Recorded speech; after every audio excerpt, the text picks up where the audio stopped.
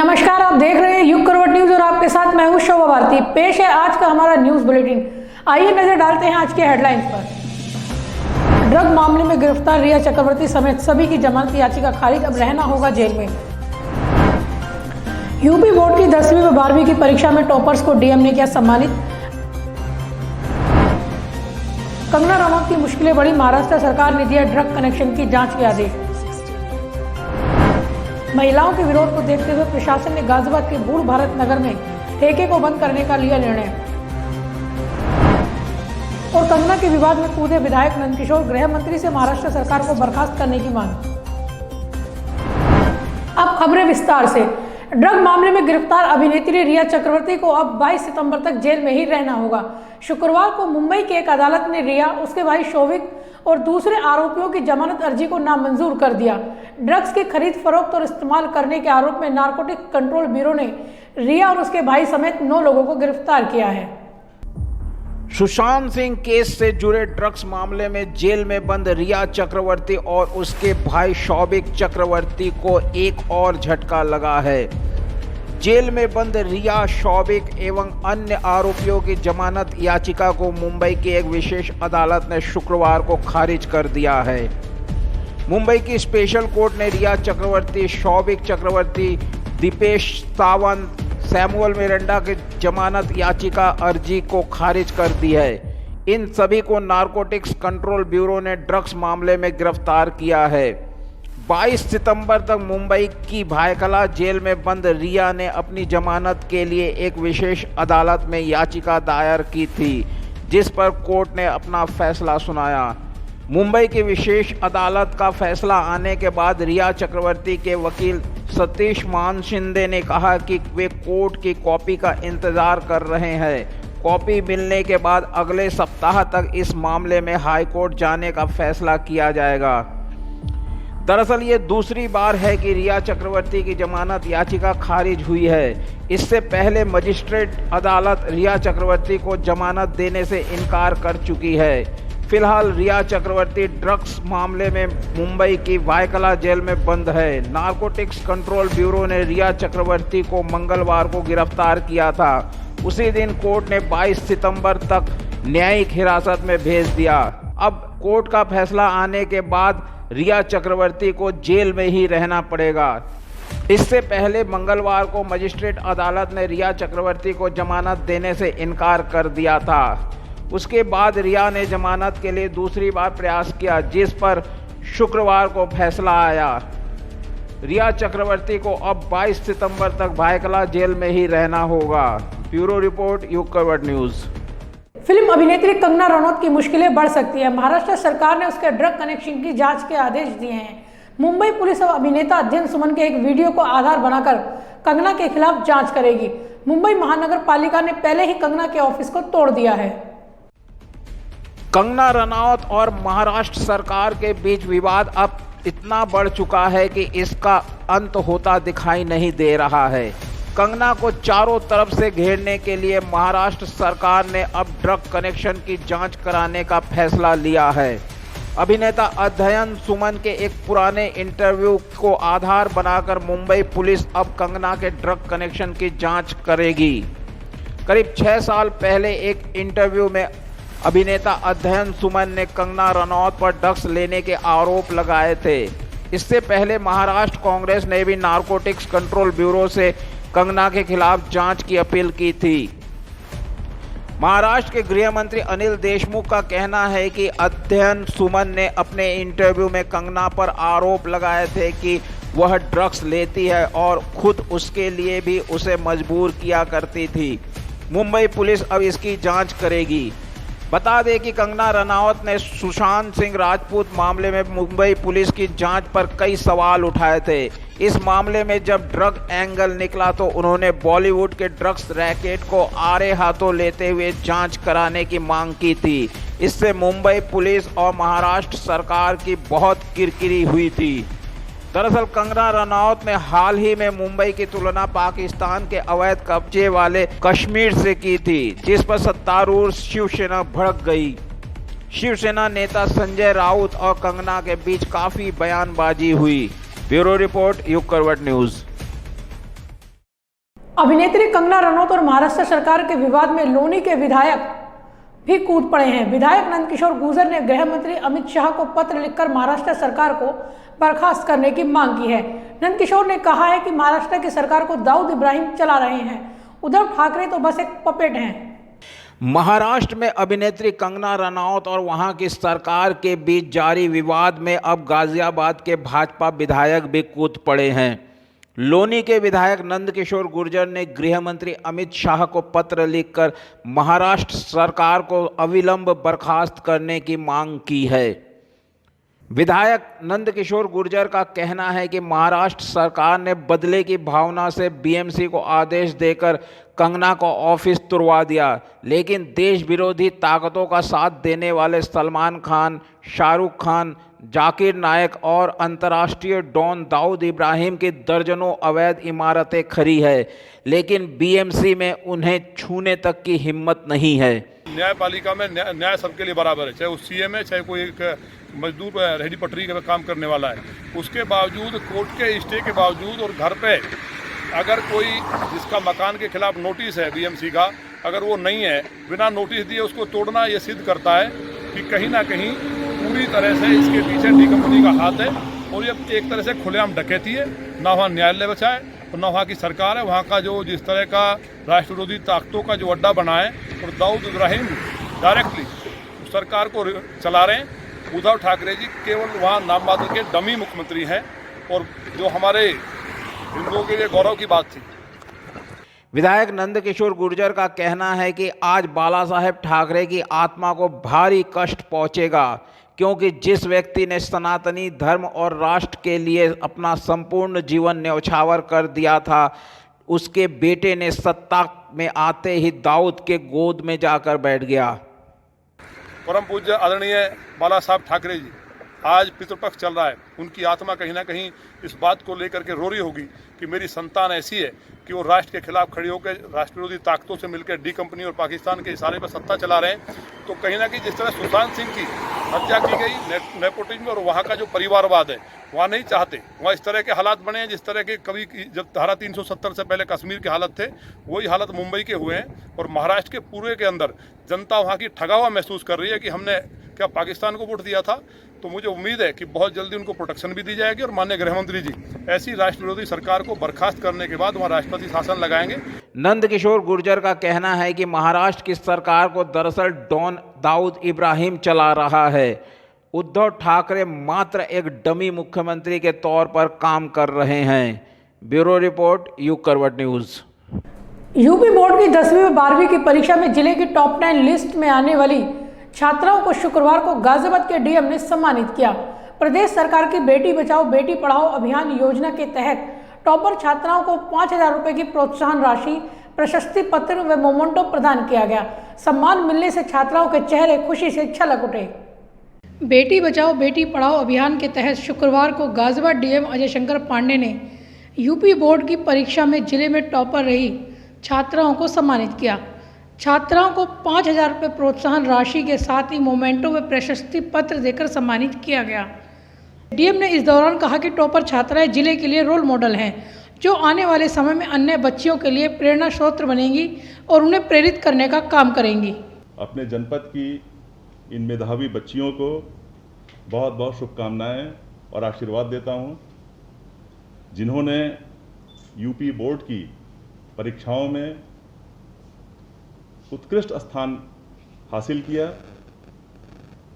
उन्होंने अपना सम्मान बढ़ाया, अपने परिवार का सम्मान बढ़ाया और अपने जनपद का भी सम्मान बढ़ाया।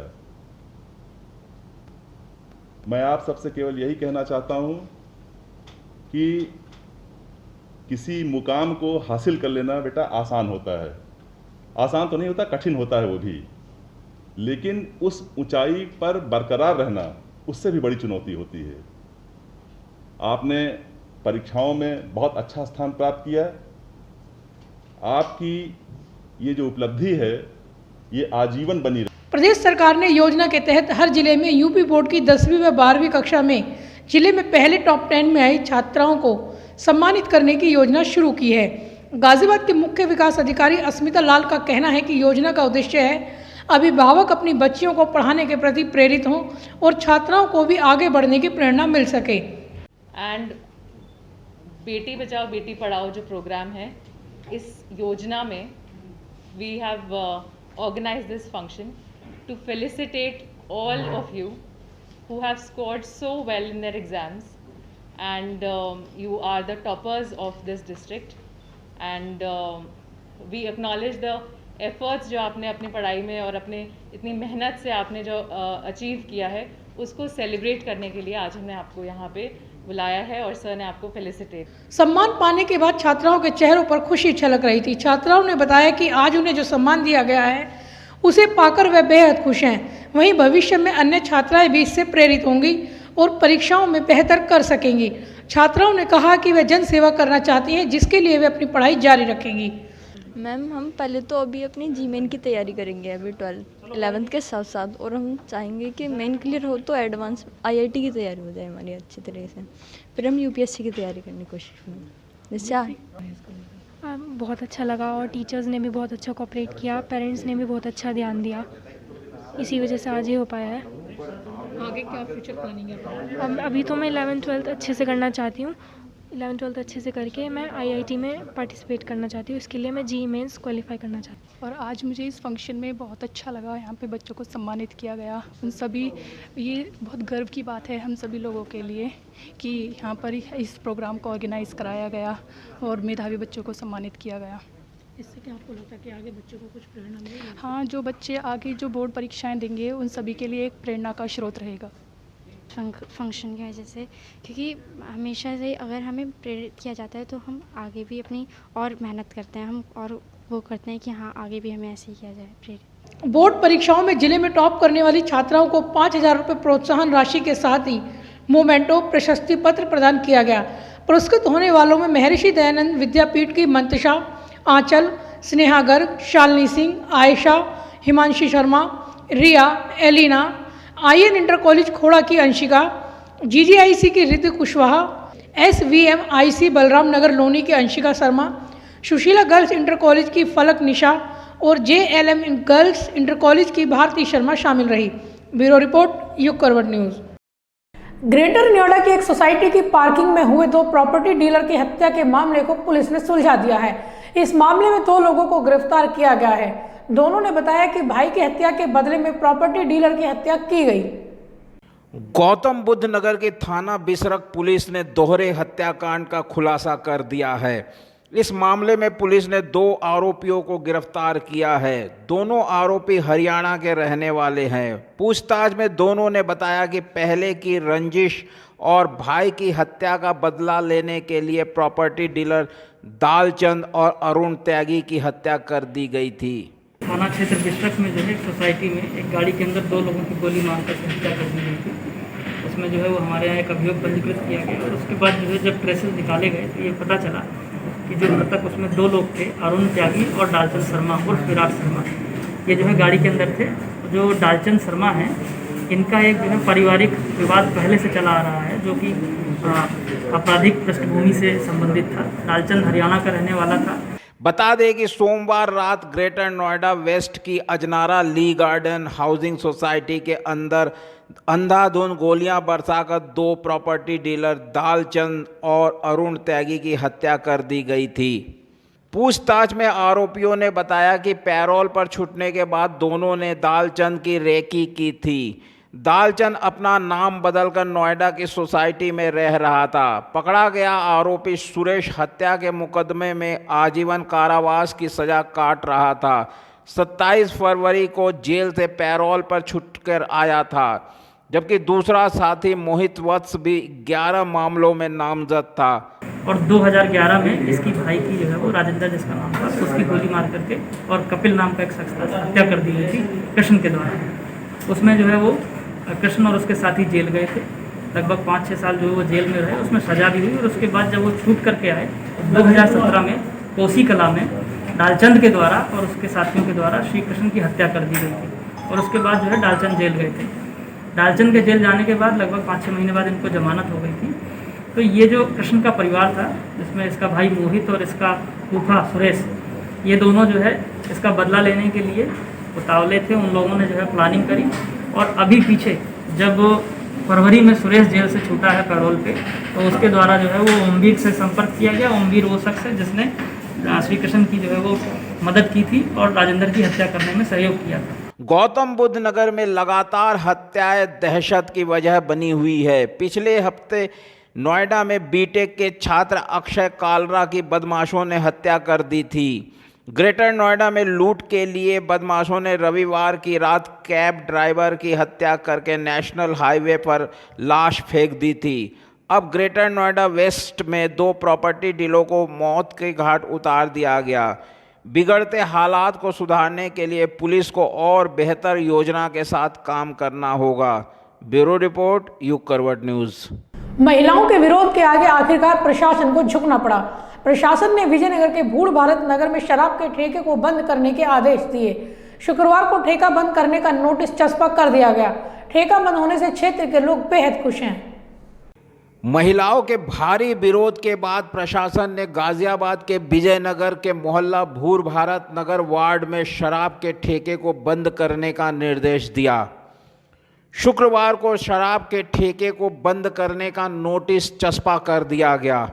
इससे पहले शराब के ठेके के विरोध में स्थानीय लोगों के साथ बड़ी संख्या में महिलाओं ने प्रदर्शन किया था। कई दिनों तक चले इस प्रदर्शन में महिलाओं ने ठेका बंद नहीं होने पर आंदोलन को और तेज करने की धमकी दी थी। महिलाओं की मांग को कई संगठनों ने समर्थन दिया था। आम आदमी पार्टी ने भी शराब के ठेके को बंद करने की मांग की थी। हिंदू समाज पार्टी के कार्यकर्ताओं ने भी भूड़ भारत नगर जाकर आंदोलन को समर्थन देने की घोषणा की थी। भारी विरोध को देखते हुए डीएम ने इस मामले की जांच एडीएम सिटी शैलेंद्र कुमार सिंह को सौंपी थी। जांच रिपोर्ट में एडीएम सिटी ने ठेके को हटाने की सिफारिश की, जिसके बाद शुक्रवार को नोटिस चस्पा कर दिया गया। वहीं ठेका रद्द होने पर स्थानीय लोगों ने खुशी जताई है। ब्यूरो रिपोर्ट, युग करवट न्यूज़। जिला मुख्यालय में शुक्रवार को विभिन्न संगठनों ने अपनी मांगों को लेकर ज्ञापन सौंपा। ऑल स्कूल पेरेंट्स एसोसिएशन ने स्कूल खोलने को लेकर सरकार से पुनर्विचार करने की अपील की, तो वहीं भारतीय मजदूर संघ ने लॉकडाउन में बेरोजगार हो गए श्रमिकों की बदहाली को लेकर सरकार से गुहार लगाई। शुक्रवार को जिला मुख्यालय पहुंचकर भारतीय मजदूर संघ गाजियाबाद और ऑल स्कूल पेरेंट्स एसोसिएशन ने अपनी मांगों को लेकर सिटी मजिस्ट्रेट विपिन कुमार को ज्ञापन सौंपा। ऑल स्कूल पेरेंट्स एसोसिएशन ने अपने ज्ञापन में मांग की है कि अनलॉक 4 के बाद सरकार ने कक्षा 9 से 12वीं तक के स्कूल खोले जाने को लेकर बात कही थी, जिसमें अभिभावकों की सहमति से छात्र स्कूल जा सकेंगे। एसोसिएशन ने मांग की है कि सरकार स्कूल खोले जाने को लेकर पुनर्विचार करे, साथ ही अभिभावकों की सहमति के बजाय स्कूलों की जिम्मेदारी तय की जाए कि अगर बच्चों के साथ कोई अनहोनी घटना होती है तो अभिभावक इसके लिए जिम्मेदार नहीं होंगे। अस्पा ने कहा है कि वर्तमान में कोरोना संक्रमण के मामले लाखों की संख्या पार कर चुके हैं, तब इस सरकार स्कूल खोलने को लेकर विचार कर रही है, जो बच्चों की सेहत से खिलवाड़ हो सकता है। वहीं भारतीय मजदूर संघ ने लॉकडाउन के दौरान फैक्ट्रियों से निकाले गए श्रमिकों की बदहाली को लेकर ज्ञापन सौंपा। संघ पदाधिकारियों ने आरोप लगाया है कि शिकायत करने पर श्रम विभाग उल्टे फैक्ट्री मालिकों का ही साथ दे रहे हैं, जबकि रोजगार खो चुके प्रवासी श्रमिक अब भुखमरी की कगार पर पहुंच गए हैं। ऐसे में सरकार को उनकी मदद के लिए आगे आना चाहिए। ब्यूरो रिपोर्ट, युग करवट न्यूज़। खाकी वर्दी में लूटपाट करने वाले 2 होमगार्डों को नोएडा पुलिस ने गिरफ्तार किया है। इंटरव्यू देने जा रहे एक बेरोजगार युवक से 4 होमगार्डों ने 2500 रुपए और अन्य सामान लूट लिए थे। अभी भी 2 होमगार्ड फरार हैं। ग्रेटर नोएडा के थाना बीटा 2 क्षेत्र के एलजी चौक के पास 4 होमगार्डों ने एक इंजीनियर के साथ मारपीट कर उसकी नकदी लूट ली। पीड़ित युवक लॉकडाउन के बाद से ही बेरोजगार है। वह ग्रेटर नोएडा स्थित एक कंपनी में इंटरव्यू देने आया था।